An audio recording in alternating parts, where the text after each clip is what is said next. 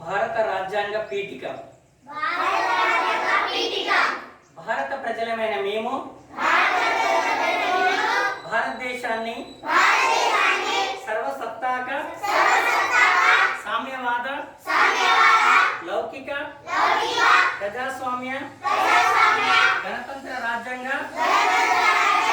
నిర్మించుకోవడానికి పౌరులందరికీ సాంఘిక ఆర్థిక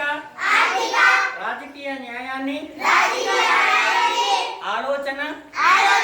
భావ ప్రకటన విశ్వాసం ధర్మం ఆరాధనల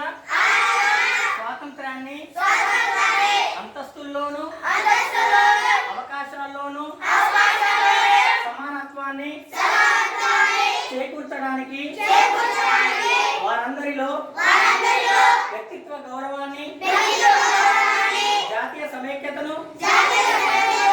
సంరక్షిస్తూ సౌభ్రాతృత్వాన్ని పెంపొందించడానికి మన ఈ రాజ్యాంగ పరిషత్తులో 1949